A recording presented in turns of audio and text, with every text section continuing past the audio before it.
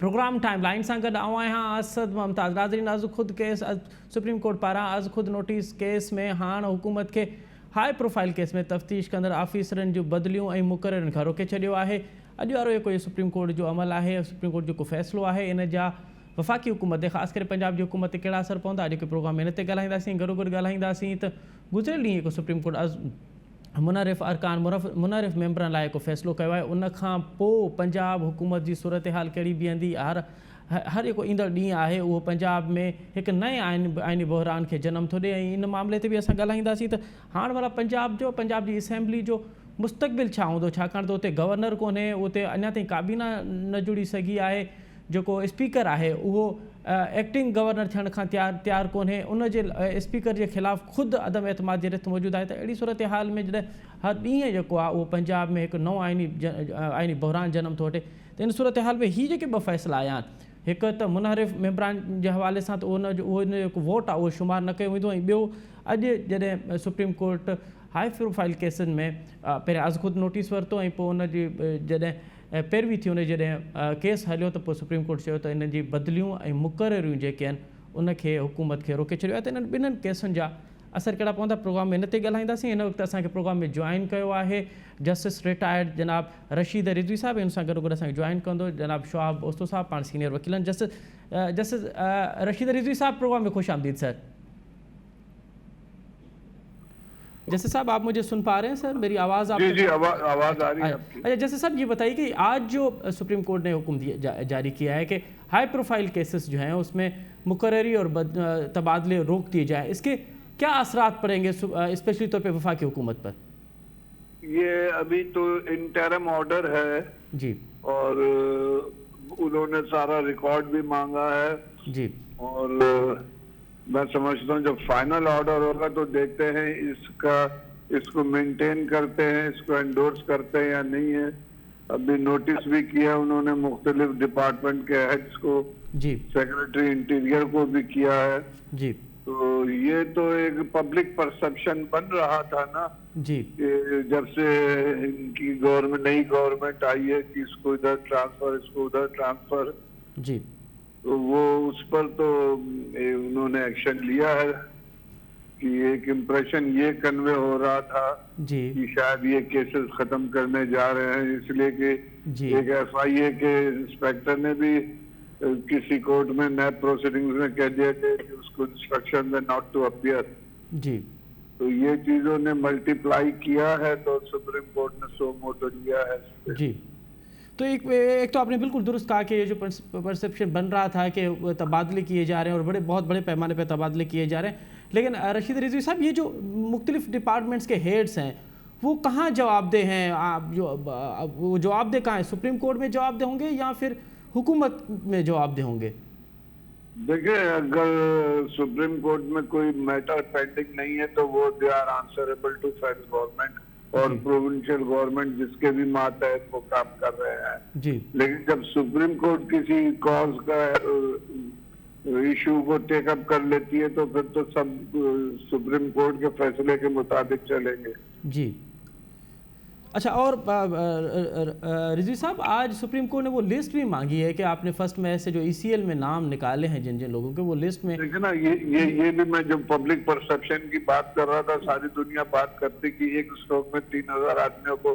Exit control list से हटा दिया गया है। जी, तो अब हो सकता है वो जेन्युइन केसेस हो उसमें, लेकिन एक स्कोप के साथ 3000 बगैर giving reason without assigning any cause, तो ये चीजें थी जो मल्टीप्लाई होकर इस नतीजे पे पहुंची कि सुप्रीम कोर्ट ने सो मोटो लिया। तो ये जो ECL में नाम डालना और नाम निकालने का तरीक़ेकार है, ये कैसे होता है रशीद रिज़वी साहब? क्या इसमें भी सुप्रीम कोर्ट का मामला है? नहीं, सुप्रीम कोर्ट को देखना कोई कानूनी चीज है तो सुप्रीम कोर्ट के कानून तो मातहत है, सुप्रीम कोर्ट के इंटरप्रिटेशन से चलेंगे ना। जी, चीजें सुप्रीम कोर्ट हो या हाई कोर्ट हो, उसी के इंटरप्रिटेशन पे कानून बनता है, उसी के एक्विटल पे, कन्विक्शन पे लॉ बनता है। लेकिन ये जब से बनी है 82 से गालिबन जी, एग्जिट कंट्रोल का ऑर्डिनेंस आया था 1981-82 में, उस वक्त से ये कानून बड़ा मिसयूज हो रहा है। जी मैंने ऐसे ऐसे केसेस किए जिसमें 3 साल के बच्चे का भी नाम डाल दिया है। जी बिल्कुल बाप ने जुर्म किया है, उसकी बीवी और उसके बच्चे का भी नाम डाल दिया गया है। जी इस पे तो मैं समझता हूँ सुप्रीम कोर्ट को एक डिटेल रीजनिंग का ऑर्डर करना पड़ेगा कि जजमेंट्स आई हैं जस्टिस राणा भगवान दास की है, हाई कोर्ट की जजमेंट डिवीजन बेंच की, कि अगर कोई एंटी स्टेट एक्टिविटीज के लिए में इन्वॉल्व है उस पे ये लागू होगा, लेकिन ये हर एक पे इम्प्लीमेंट करते हैं। तो इसके लिए कोई, मैं समझता हूँ ये एक इंस्ट्रूमेंट रहा है गवर्नमेंट के हाथ में अपोनेंट को हरास करने के लिए। जी ये आपने बिल्कुल दुरुस्त कहा कि ये स्पेशली तौर पे जो हुकूमत आती है फिर वो अपोजिशन के पास, अपोजिशन के खिलाफ है काला कानून ये बनाया तो जियाउल हक के दौर में है ना। जी जी रशीद रिजवी साहब, मेरी आवाज़ आप तक आ रही है? आप मुझे सुन पा रहे हैं? जी बिल्कुल बिल्कुल अच्छा रशीद रिजवी साहब, अब हम ज़रा पंजाब की सूरत हाल पे बात करें। वहाँ पे तो आइनी बहरान जो है पिछले 1 महीने से हमें बहुत शिद्दत में होता हुआ नज़र आ रहा है। अब क्योंकि मुनर्रिफ अरकान के हवाले से सुप्रीम कोर्ट का कल फैसला भी आ चुका है परसों, तो आप क्या समझते हैं ये वहाँ क्या सूरत हाल बनेगी? गवर्नर वहाँ पे मौजूद नहीं है, स्पीकर एक्टिंग गवर्नर बनने को तैयार नहीं है, और फिर मुनहरिफ अरकान के हवाले से अगर असेंबली में पास उसका फैसला आ जाता है तो फिर किसी के पास अक्सरियत नहीं रहती। इसी सूरत में फिर आइनी बहरान जो जन्म लेगा, तो क्या एक मरतबा फिर वहाँ पे कोर्ट को एक्टिव होना पड़ेगा, हाई कोर्ट को स्पेशली? देखिए, इंटरप्रिटेशन के लिए तो फुल बेंच आज बैठी हुई थी लाहौर हाई कोर्ट की, जी, जिसमें पीटीआई गई है चैलेंज करने के लिए हमजा शहबाज का इलेक्शन। बात सारी ये है कि जो सेटल्ड लॉ है वो ये है कि हाई कोर्ट या सुप्रीम कोर्ट के फैसले जो है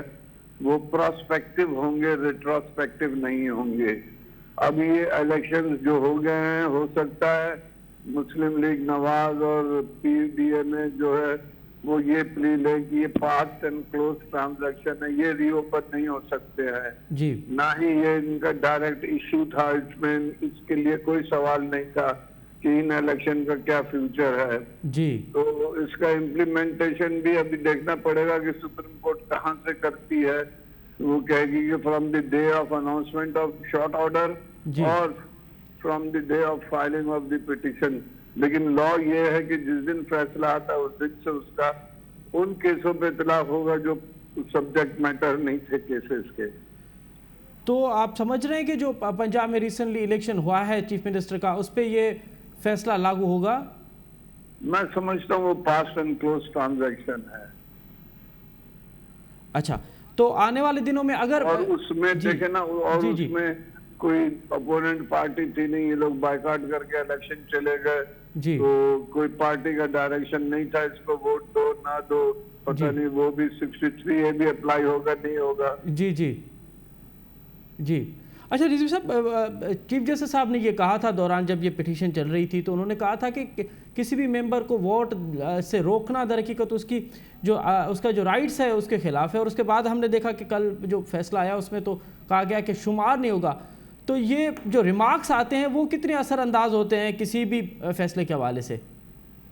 वो तो अनरिटन डिक्लेरेशन होता है, असल लॉ वो है जो राइटिंग में ब्लैक एंड व्हाइट में आ गया है, वो लॉ होगा। लेकिन बात सारी ये है कि ये डिफेक्शन का जो एक्ट है, ये जो क्राइम है, इसे जो भी आप बोल रहे हैं, तो उस वक्त कंप्लीट होगा जब वो वोट डाल देगा। ठीक है, अगर वोट नहीं डालता उसको आप रोक कैसे सकते हो? उसने तो ऑफेंस कमिट ही नहीं किया है। बिल्कुल सही, बिल्कुल सही, बिल्कुल सही। अरे जैसे साहब, आप खुद बजाते खुद क्या समझते हैं? आप अपना कानून पे बड़ी गहरी नज़र है, पूरी ज़िंदगी आपने इस फील्ड को दी है। क्या जो मुनर्रिफ अरकान है दरअसल वो बागी अरकान है, उसको वोट देने का हक होना चाहिए, उसका वोट शुमार होना चाहिए? देखिए, ये सीक्रेट बैलेटिंग के भी प्रोविजंस में आता है, और आप अगर माइनॉरिटी व्यू है उसको भी जरा देखें। उन्होंने बात बड़ी जिम्मेदारी से कही है, बड़ी मजबूत वजनदार बात है कि 63A is a complete code. बिल्कुल सही। उसमें 4 इंस्टेंसेस हैं जिसमें पार्टी के डायरेक्शन से वो इनहराफ नहीं कर सकता है, जिसमें बजट पे फैसला है वो उसको पार्टी के डायरेक्शन पे देना है, प्रेसिडेंट का इलेक्शन है, प्राइम मिनिस्टर का इलेक्शन है, किसी के खिलाफ वोट ऑफ नो कॉन्फिडेंस है। ये 3-4 किस्म की इंस्टेंसेस है 63A में जी जहाँ पे बाइंडिंग बनाया गया है। जी अदरवाइज फिर आप देखें ना, एक और भी प्रोविजन है फंडामेंटल राइट्स का, फ्रीडम ऑफ थॉट का, जी वो कहाँ ले जाएंगे आप? बिल्कुल अगर सही, मैं समझता हूँ कि मेरी पार्टी गलत जा रही है तो क्या मुझे इतना राइट नहीं कि मैं उसको पार्लियामेंट में खड़ा होकर क्रिटिसाइज करूँ? बिल्कुल सही, बिल्कुल सही, बिल्कुल सही कह रहे हैं आप, बिल्कुल सही कह रहे हैं। बहुत शुक्रिया, बहुत शुक्रिया justice okay dear. Justice retire Rashid Rizvi साहब, आपने बड़ा तफसीली तौर पे आज जो सुप्रीम कोर्ट ने सो नोटिस लिया है उसके हवाले से उन्होंने हाई प्रोफाइल जो तबादले और मुकर्ररी हो रहे हैं उनसे हुकूमत को रोका, और फिर ECL में जिन लोगों के नाम निकाले गए हैं और सुप्रीम कोर्ट ने वो लिस्ट भी उनसे तलब की है कि वो लिस्ट भी दी जाए। Chief justice Pakistan justice Umar Ata Bandial ने आज ये कहा है कि हम देख रहे हैं कि फर्स्ट में ऐसे पहिरीं में खां असां ॾिसूं था पिया त जंहिं तरीक़े सां मुक़ररियूं थियनि पियूं, जंहिं तरीक़े हाई प्रोफाइल केसिस में जंहिं तरीक़े सां मुक़ररियूं बदिलियूं थियनि थियूं पियूं, उन में ईअं थो लॻे त ॼण हुकूमत इदारनि जे विच में मुदाख़लत पई करे। उन खां पोइ असांखे सो मोटो नोटिस वठिणो पियो ऐं अॼु सुप्रीम कोर्ट मना करे छॾियो आहे हुकूमत खे त उहो हाई प्रोफाइल केसिस जेके आहिनि उन जूं मुक़ररियूं ऐं बदिलियूं जेके आहिनि उन खां रोके वियो आहे। ॿिए पासे सां ॾिसूं था पिया त जेको आइनी बहरान पंजाब में जेको जनम वरितो आहे उन ते बि मां जस्टिस रिटायर रशीद रिजवी साहब जो तजुर्बो ॿुधो त उहो मेंबर जेको अञा वोट ॾेई नथो त उनखे अव्हां वोट ॾियण खां पहिरियां कीअं था रोके सघो। ऐं ॿी ॻाल्हि इहा त जॾहिं हू कंहिं बि पार्टी जी पॉलिसी खां अगरि हू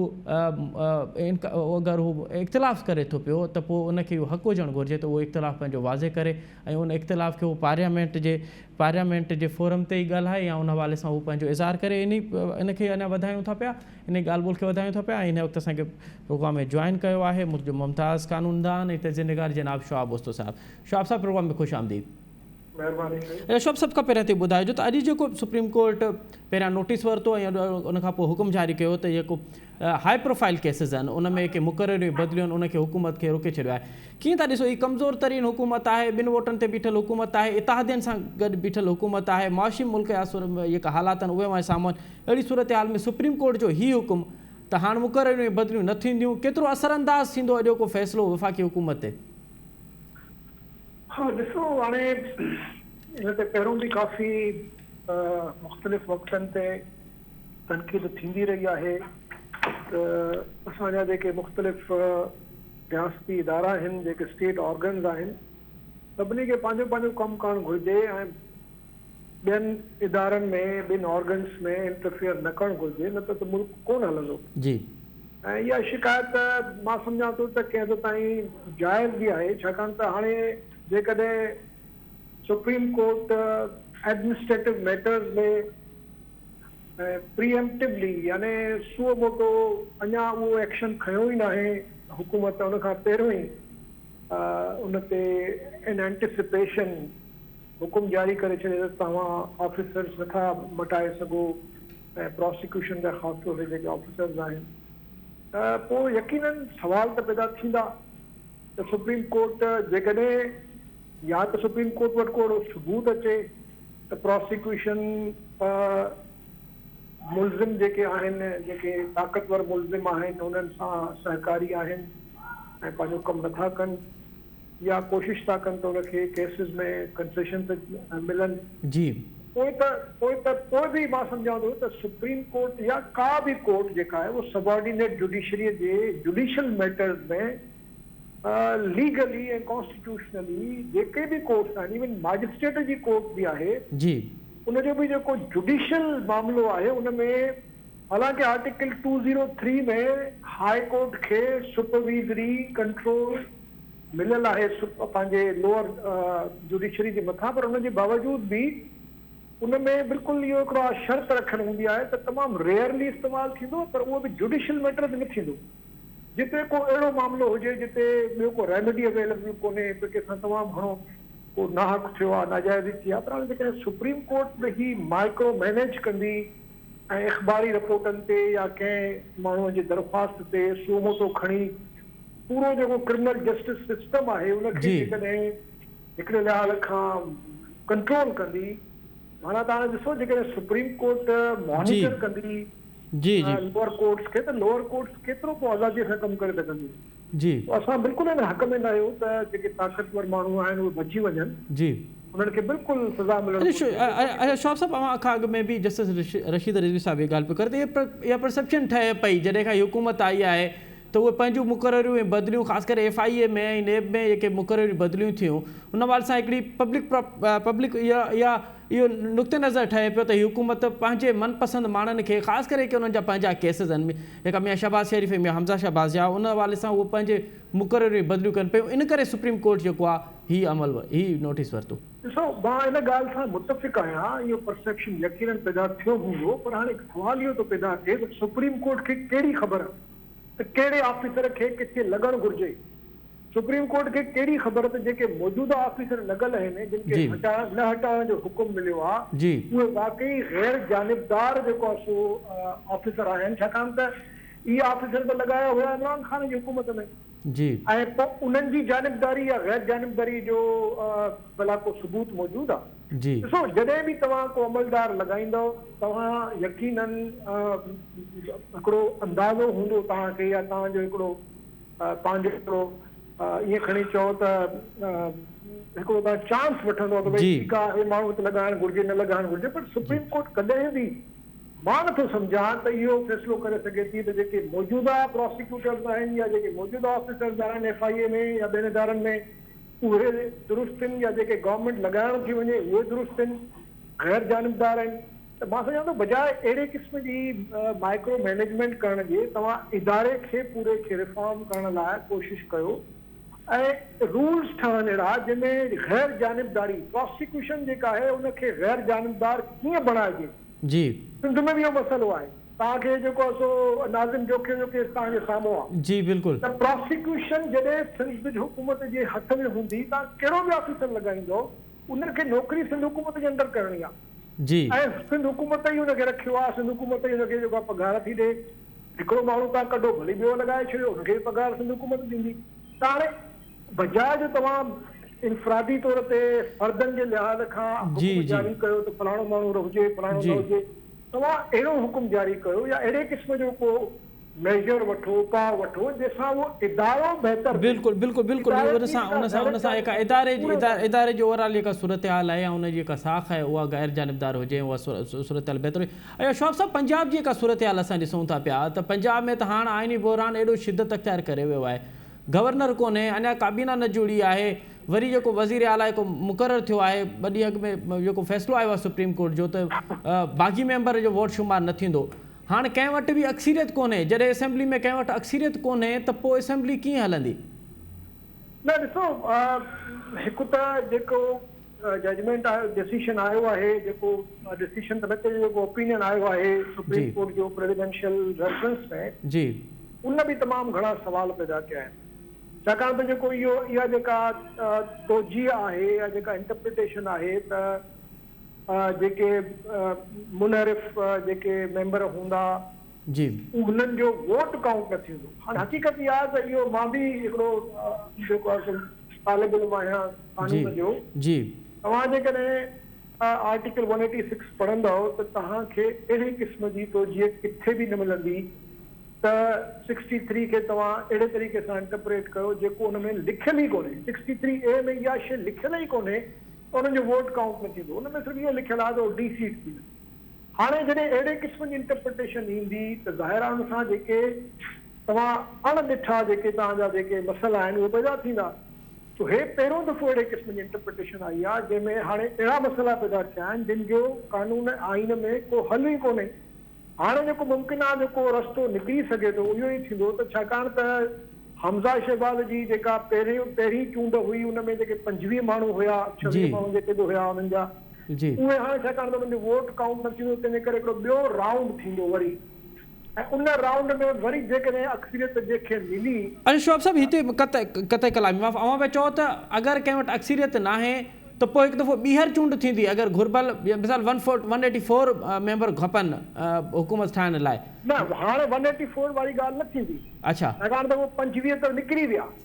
अच्छा हाणे जेके बाक़ी बचंदा मेजॉरिटी जेका बाक़ी हूंदी जेका मौजूदु मेजॉरिटी हूंदी उन मां जेके वधीक वोट मिलंदा उहो चीफ मिनिस्टर रहंदो अच्छा हा छाकाणि त उहो 25 त हाणे काउंट ई न थींदा न 25 त आहिनि ई कोन 25 माना अगरि पंहिंजी पार्टी जे मेंबर खे वोट बि नथा ॾेई सघनि हाणे हाणे त उहो काउंट थींदा ई कोन न, उन्हनि खे त डिसीट करे छॾंदा, छाकाणि त उन्हनि जो फ़ैसिलो थियण वारो आहे। हाणे शायदि सुभाणे आहे या परीहं आहे, इलेक्शन कमीशन महफ़ूज़ करे छॾियो आहे फ़ैसिलो जी ऐं मुमकिन आहे त उहे जेको आहे सो डिसीट थी वेंदा, पर उन्हनि खे वरी बि राइट हूंदो सुप्रीम कोर्ट में अपील कनि। जी ॾिसो इहे आइनी मामला आहिनि, इन्हनि में जॾहिं जेसिताईं का हिकिड़ी पुख़्तगी सर्टेनिटी न ईंदी, माना कानून मुसलसल जेकॾहिं आइन जी जेका तशरीह आहे जॾहिं हिकिड़े ई तरीक़े सां थींदी रहंदी त पोइ इहे मसइला पैदा न थींदा। हाणे थिए छा थो जो किथे सुप्रीम कोर्ट तशरीह हिकिड़े तरीक़े सां थी करे, किथे ॿी तरीक़े सां थी करे। हाणे जेका हीअ तशरीह थी आहे इहा बिल्कुलु हिन जो को पहिरों को सबूत ई कोन्हे। हे मतिलबु पर्पसिव इंटरप्रिटेशन जी ऐं मक़सद लाइ इहो कानून ठहियो वियो, उहो तॾहिं थींदी आहे जॾहिं तव्हांजो उहो कानून मुबहम हुजे, उहो जेको आहे सो तकरारी नज़र अचे, तव्हांखे एब्सर्ड नज़र अचे। हिन में त साफ़ लिखियल आहे त जेको इहे 3-4 शयूं कंदो, मतिलबु त पार्टी लाइन खां हटी प्राइम मिनिस्टर खे वोट न कंदो, वोट ऑफ नो कॉन्फिडेंस में पार्टी जे ख़िलाफ़ वेंदो, या मनी बिल हूंदो, या कॉन्स्टिट्यूशन अमेंडमेंट में जेकॾहिं को अहिड़े क़िस्म जो हो इनराफ़ी क़दम खणे थो त उहो डीसीट थी वेंदो। इहो किथे बि न आहे लिखियल जी त उहो जेको आहे हुनजो वोट काउंट थी वेंदो। अच्छा शोभ साहब नई इनोवेशन अची वई। जी जी जी जी जी जी अच्छा शोभ साहब हाणे हुते गवर्नर कोन्हे, हिकु गवर्नर हुते नाहे रहियो, ऐं एक्टिंग जेको स्पीकर आहे उहो एक्टिंग गवर्नर थियण लाइ तयारु कोन्हे, त पोइ आइन छा थो चवे त पोइ गवर्नर कंहिंखे थियणो आहे, या बग़ैर गवर्नर ऐं बग़ैर काबीना जे बि मुल्क सूबो हली सघे थो? ॾिसो हाणे इहो बि तकरारी आहे, हालांकि हिन ते आइन में आर्टिकल 48 में साफ़ लिखियल आहे त प्रेसिडेंट खे जी प्राइम मिनिस्टर जे ही जेको आहे सो एडवाइस ते हलणो आहे। हाणे हिन जो जेको मुद्दो आहे, हिन जेका शुरू में 15 ॾींहंनि जो आहे, हुन खां पोइ 10 या 12 ॾींहंनि जो आहे, उहो मुद्दो ख़तमु थींदो 1 या 2 जून ते। जी उन खां पोइ ऑटोमेटिकली प्राइम मिनिस्टर जेको नॉमिनेटेड गवर्नर आहे उहो पंहिंजो वोट खणी सघे थो। तो इन जे करे आइन में उन में जेकॾहिं प्रेसिडेंट प्राइम मिनिस्टर जी एडवाइस खे एक्सेप्ट नथो करे त 15 ॾींहंनि ताईं रखी सघे थो, पोइ वापसि मोकिलींदो, उन खां पोइ 10 ॾींहंनि खां पोइ या 12 ॾींहंनि खां पोइ उहो वरी जेको आहे सो उहो ईअं ई सम्झो वेंदो ॼण त प्रेसिडेंट हुनखे पंहिंजो असेंट ॾेई छॾी आहे। उहो त मसइलो कोन थींदो, गवर्नर त उहो खणी वेंदो 2 जून ते। जी बशर्ते हिन खां पहिरियों वरी को ॿियो प्रॉब्लम थी वञे, छो त हाणे 2 वोट जेके आहिनि अञा इहा शइ क्लियर कोन थी आहे त 172 आहिनि या 170 आहिनि, जी छाकाणि त 2 वोट जेके आहिनि उहे PMLQ जा आहिनि। जी ऐं परवेज़ इलाही साहब चयो आहे त असां जेको आहे इहे 2 वोट असांखे वापसि मिलंदा। जी हाणे ॾिसजे त हिकिड़ो MQM जो गुज़ारे वियो आहे MNA। हाणे ॾिसजे त इहो मामिलो ख़ुदि प्राइम मिनिस्टर जी पंहिंजी जेका पोज़ीशन आहे, छा उहो मेजॉरिटी होल्ड करे सघे थो? ऐं मुमकिन आहे अहिड़े क़िस्म जी ॻाल्हि थिए थी जी त प्रेसिडेंट मूंखे चई सघे थो त तूं वरी पंहिंजो वोट ऑफ कॉन्फिडेंस वठ। जी हाणे इन सूरताल में मां सम्झां थो वरी हिकिड़ो मथे बि बहिरान पैदा थी सघे थो।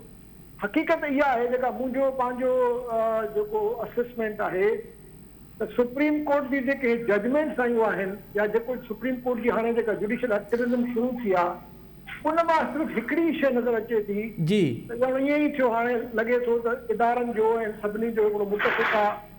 इहो कंसेंसस पैदा थियो आहे। शोभ साहब जी शोभ साहब कते कलामी माफ़, अव्हांखे छा थो लॻे मई महीने जे आख़िर में मुल्की सूरत-हाल छा लॻंदी? छा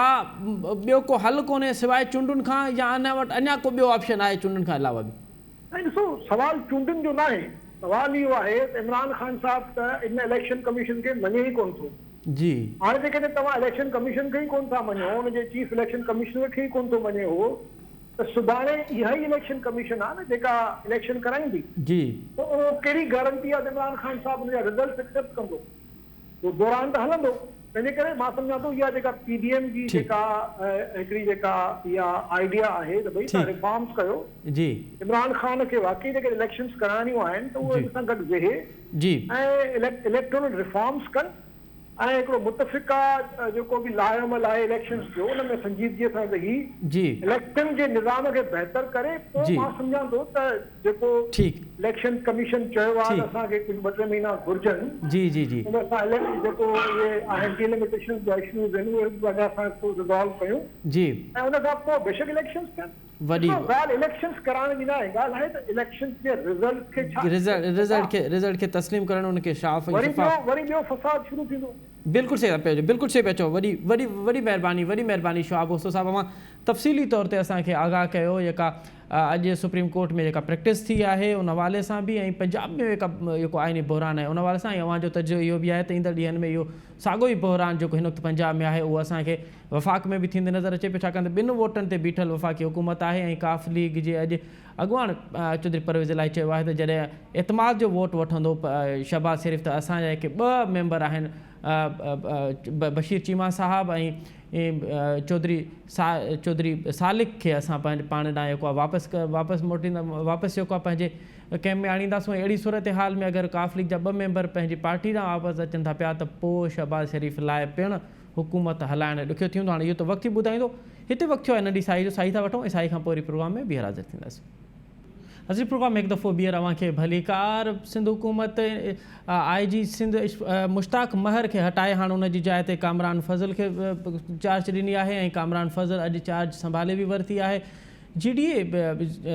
ग्रैंड डेमोक्रेटिक अलायंस खे मुश्ताक महर जी बदिली ते एतिराज़नि उहो सम्झनि था पिया त हिन वक़्तु सिंध में मकानी चूंडूं हलनि थियूं पियूं ऐं मकानी चूंडुनि वारे मरहले में IG सिंध जो हटाइणु जेको आहे उहो धांधली जो हिकिड़ो वॾो सबबु थी सघे थो पियो। अॼु इन हवाले सां GDA जी आला क़यादत प्रेस कॉन्फ्रेंस बि कई आहे ऐं उन्हनि IG खे हटाइण वारे इन अमल खे उनजी मज़म्मत बि कई आहे। प्रोग्राम जे हिन हिसे में इन ते ई ॻाल्हाइबो त आख़िर GDA खे इन मामले ते एतिराज़ु छो आहे। GDA छो थी सम्झे त IG पुलिस खे जेको हिन वक़्तु हटाइणु मुनासिबु न आहे। हिन वक़्तु असांखे प्रोग्राम में जॉइन कयो आहे हसनैन मिर्ज़ा साहब, पाण GDA जा मरकज़ी अॻुवान आहिनि ऐं सिंध असेंबली जा मेंबर आहिनि। हसनैन साहब प्रोग्राम में ख़ुशि आमदीद। हसनैन साहब सभ खां पहिरियों हिते ॿुधाइजो त अव्हांखे एतिराज़ु कहिड़ो आहे हिन वक़्तु IG जी बदिली जे हवाले सां। महिरबानी असद साहब। ॾिसो सभिनी खां पहिरीं त इहो वाज़े करणु थो चाहियां की IG केरु आहिनि, केरु हुआ, केरु अचनि था पिया, हुन सां असांखे को सरोकार कोन्हे, पर्सनैलिटी जी ॻाल्हि कोन्हे। असांखे रुगो लाचार आहे कानून जी पासदारी जो। ऐं हीअ जेको नोटिफिकेशन जे तौर तरीक़े सां हीअ सॼो अमल आयो आहे थियो आहे इहो बिल्कुलु गैर कानूनी आहे ऐं आकाशी करे थो हिकिड़ो बादशाही ज़हनियत जो जेको राय चए हींअर बदकिस्मती मिर्ज़ा साहब कतई कलाम वाफ़र इहो गैर कानूनी कीअं आहे। इहो त सिंध हुकूमत जो अख़्तियार आहे, इहो त वज़ीर आला जो अख़्तियार आहे त उहो हटाए त सघे थो पियो पंहिंजे उहो जंहिंखे बहितर सम्झंदो लॉ एंड ऑर्डर जी सूरत हाल बहितर कोन्हे, जंहिंखे बहितर सम्झंदो त उहो हुनजी अपॉइंटमेंट कराए सघे थो वफ़ाक़ी हुकूमत जे सलाह मशवरे सां गॾिजी। बुनियादी ॿ नुकात आहिनि प्योरली कानूनी हिसाब सां। Karamat Ali versus state of Pakistan case हो सुप्रीम कोर्ट में, इहो जेको AD ख्वाजा साहब खे हटाइण खां पोइ जेको केस थियो हो, सुप्रीम कोर्ट ऑफ पाकिस्तान जो फ़ैसिलो आहे फील्ड में कि मुद्दत मुलाज़मत IG जी 3 सालनि जी मुक़ररु कई वई हुई ऐं अगरि दौरान मुद्दत अगरि IG हुकूमत खे चेंज करणो आहे त वाज़े तौर ते हुन में हू लिखियो वियो हो, ॿुधायो वियो। हिकिड़ो तरीक़ो आहे बाहमी मुशावरत सूबाई हुकूमत ऐं वफ़ाक़ी हुकूमत जी, जेको पाण हिन अमल में ॾिठो कि का उहो मुशावरत कोन थी, का ॾे वठि ॿिन्ही धुरनि जी कोन थी। इनफैक्ट इहा नोटिफिकेशन इशू ही SNGAD कई आहे जॾहिं कि IG के बि सूबे जो हुजे या चीफ सेक्रेटरी वो मुलाजिम हूंदो है एस्टैब्लिशमेंट डिवीजन जो। त अवल त SNGAD जी बि अथॉरिटी कोन हुई त इहो बाहमी मुशावरत क्लियरली कोन थी। ॿियो तरीक़ेकार ॿुधायो वियो आहे कि जेको पुलिस पब्लिक सेफ्टी कमीशन जेको क़ाइमु आहे साॻे सुप्रीम कोर्ट जे फ़ैसिले जे तहत ऐं सिंध असेंबली में पुलिस रिफॉर्म एक्ट पास कयो वियो हो, उन कानून जे तहत त अच्छा उन कानून में इहो ॼाणायल आहे कि हिन कमेटी खे हर महीने घटि में घटि हिकिड़ी दफ़ा मिलणो आहे।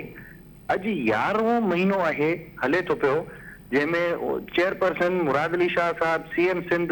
उन्हनि ज़हमत ई कोन कई आहे हिकिड़ी दफ़ा मीटिंग कोटाइण जो। तव्हांखे छा थो लॻे अव्हांखे छा थो लॻे त लॉ एंड ऑर्डर जी सूरत हाल त हूअ बि सिंध में बहितर कोन्हे त पोइ वज़ीर आला ही मीटिंग छो न पियो करे। 8-10 महीना थी विया आहिनि बकोल अव्हांजे त मीटिंग कॉन्टेक्ट कोन पई थिए, छो सबब कहिड़ा आहिनि? इहा ई असांखे तशवीश थिए थी। पर एज़ बहैसियत मेंबर इन कमेटी जो मुतअद्दिद दफ़ा असां ख़तूत लिखिया आहिनि चेयरमैन साहब के CM सिंध के, सेक्रेटरी कमेटी के, प्रेस कॉन्फ्रेंसिस के आहिनि, कोर्ट खे भी आगाही ॾिनी आहे